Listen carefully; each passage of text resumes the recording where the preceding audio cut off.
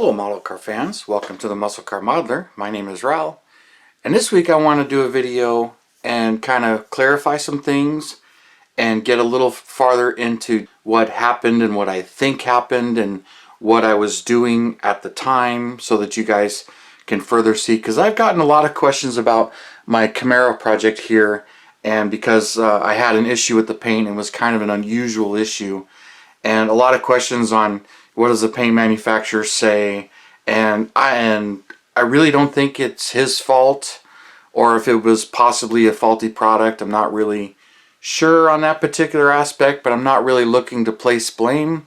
It's just something I want to share with you guys, that things happen, it happens to everybody, and it's more of the attitude on how you deal with it and just going forward and dealing with it, because things are going to happen and there's ways to fix or deal with the situations and make the best of it as you can. So I figured I would show you, the Camaro is stripped. It's back to plastic, and there's a little bit of staining from the primer from where I sanded and scuffed and cleaned up, and just you know, general body work on it. But I mean, there was no putty, so nothing I really have to worry about. Just you can kind of see where I'd sanded it and the dull spots. So it's ready for a layer primer, which is what I plan to do, is shoot this weekend. And thanks to some of my viewers, Frank Stevens is sending me some decals for this, so I understand they're in the mail, so I got a set of decals coming. And thank everybody that did offer. I had 3 or 4 offers of you guys that said, hey, I've got that kit, or I've got those decals, and you're welcome to them. So thank you very much. Really appreciate that. And that's one thing that's kind of great about the community when it comes to models and stuff. And I've done the same, reciprocate with some of my friends that I've been chatting with for years, building models. It's like, hey, you got this, you got that. And yeah, I might, I do, I don't, whatever. Just promoting the hobby. But Jameston, which this is his card here from Scale Finishes, he's the one who provided the paint. And to be fair, I bought 4 colors from him in that batch, and I've got multiple batches here. So I've got old bottles that I've had forever and I haven't used yet, and you know, so some of the old logos. And that's how it is, you know, you buy, you plan, and you don't really get to it. But like some of these have been sitting for a number of years and I just haven't gotten back to it. But here is his hardener that he provided to me at the Model Zona show, which he was at vending. And I asked him about the situation and that he had hardener. He said, yes, I have hardener, and you mix it 8 parts to 1. But we really didn't get into whether or not this is mandatory or not. You can ask him. But I did give it a try, and yeah, it is mixed. It doesn't, you don't get a lot, but you do mix it 8 parts to 1. So technically, I bought white, the green, black, and also the butternut yellow, all in the same batch. So all 4 of those paints came at the same time. I initially painted the white on the cove here first, and so that was the first color to go on this. And then next I painted the yellow on this car, and I believe it was even the same day, because when I do painting like that, I go out in the backyard and I spray a few at a time. But I painted this one, and I'll start with the lightest color and then move on up then from there. Like I'll start with white, do yellow, and then if I did black the same day, then I painted this car black. But this black was in the same batch. So I eventually used up all those colors, and then this, I didn't use any hardener. I didn't have it at the time. And then a few days later, and a little tip for you, I'll throw in there's going to be a lot of photos thrown in here too, because I got some stories to tell. But I also matched this with silly putty. So I just covered this in silly putty, and then I sprayed the Cascade green on this one to get this color. So I did some silly masking on that with silly putty, and it came out awesome. And it was a little easier to do. So that picture will be up. So that was painted. I also had this car painted, which is not Scale Finishes paint, and this car painted, and then that. So when I sprayed the clear that day, I mixed up enough of the Sherwin-Williams 939 Real Automotive Clear, Real Hardener, and I have a video of that product. Expensive stuff, so I'm not going to say it's highly recommended. If you're into using real automotive clear coat, it's good stuff and it's different, but there is hobby equivalent stuff, and make sure you wear a respirator and all that good stuff. But I sprayed all 4 bodies that same weekend. So all 4 of these got cleared the same day. And I didn't have any problems with this one having any issues. Didn't have any problems with this one or this one. It was just the yellow car, and the clear dried, but the yellow underneath was still sticky, and it dried for like 6 weeks, and it was real gummy and sticky. So there was an issue whether or not I did it, or it was a reaction with the primer, or just how the paint was mixed from the factory, because it is pre-mixed, ready to spray. It says right on here, pre-thinned, ready to spray, shake well before use. Maybe I didn't shake it very, very well, but I did use pretty much the entire body because I messed up a fender. And I had to touch it up because one of the times I was picking it up and checking it, I messed up the fender because it was still soft there. I'm like, oh, this one isn't dry yet, when all the others had pretty much dried.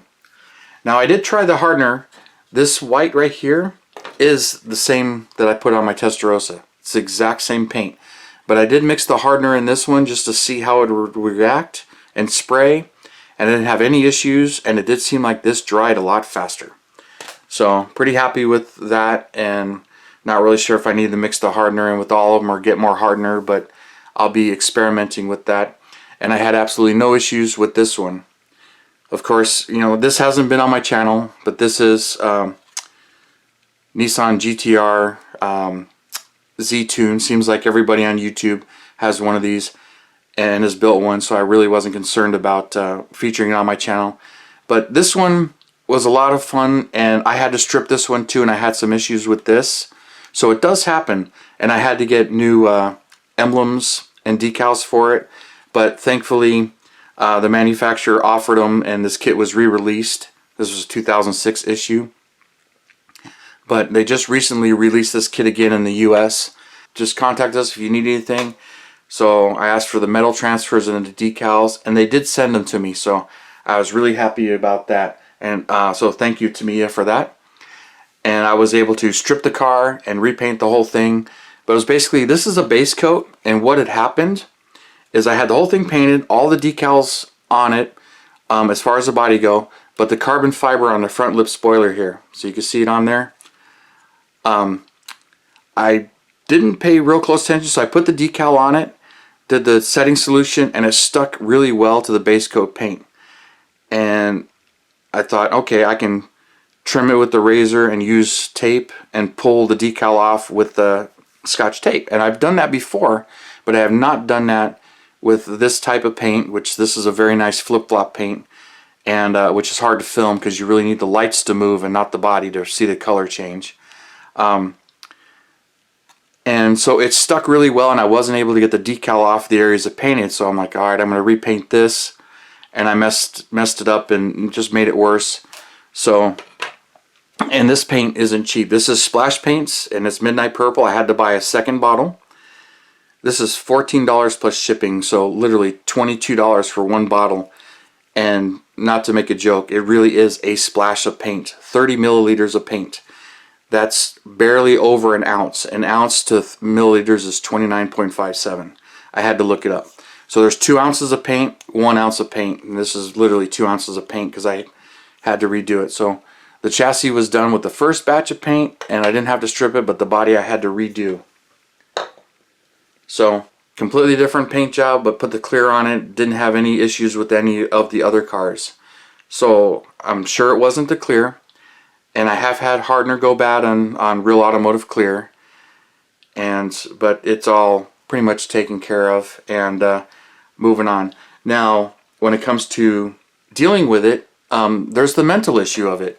Yes, it sucks. Yes, I had to get another set of decals and I have to buy some more paint, but it's all part of the process. And I have one comment. Good to see that the hammer fist didn't come down and smash it. I have done that. It's really no good for anybody or anything when you do that. But I have done that and thrown a kid or two against the wall. It's all part of growing up and getting better and patience and everything. So I have some that I've thrown in boxes, or I've lost motivation. I'm determined, because this is on my channel, not to lose motivation. I'll keep going on this. It's just going to be a delay, but thank you that the decals are coming. Won't be that big of a delay. Still have to order the paint. But when it comes to, it's just the real car, or the model car, I've had it happen to my actual real car, and I mentioned this in my comments, and I'll put some pictures of this up. My wife's 71 Chevelle. We were painting that. I was doing all the body work. I had all the metal work done. So you're going to see some photos here. So with the metal work all done, I sprayed on first layer is metal etching primer, and none of these layers are cheap. So I start with a metal etching primer that you really don't do any body work to. Then the next layer is a sand and fill primer, and I had done a couple of layers of that, and I ran out of hardener. And it was an older product that Sherwin-Williams reformulated, and wasn't really explained to me that way. So I went in with the bottle saying, hey, I need some more of this hardener. I got about 2 quarts left. They're like, oh, we don't have that anymore. We have this other one it's been replaced by. I'm like, oh, okay. So I thought, all right, is it compatible? Is it not compatible? He said, well, I wouldn't recommend it, but you know, Napa sold the same stuff, and you can probably get the same hardener from Napa. I'm like, all right, well, I'll get the Napa one. So I got the Napa variant of it. And this is where I had messed up, trying to save a couple $100 in primer, because a gallon of primer was a few $100. Hardener is like another $100. Paint is not cheap when it comes to the real cars, and it's gotten worse because this was literally 10 years ago. Got 2 layers of sanded primer, all the body work done, and it was like 1 more layer primer, 1 more final sand, and then the sealer coat's going to go on this car. Thankfully, there were no windows, nothing else on the car. You could see that in the photos. I mixed it all up, and I shot it on the car, and everything was looking great. 4 or 5 hours go by, and I go and check on the car.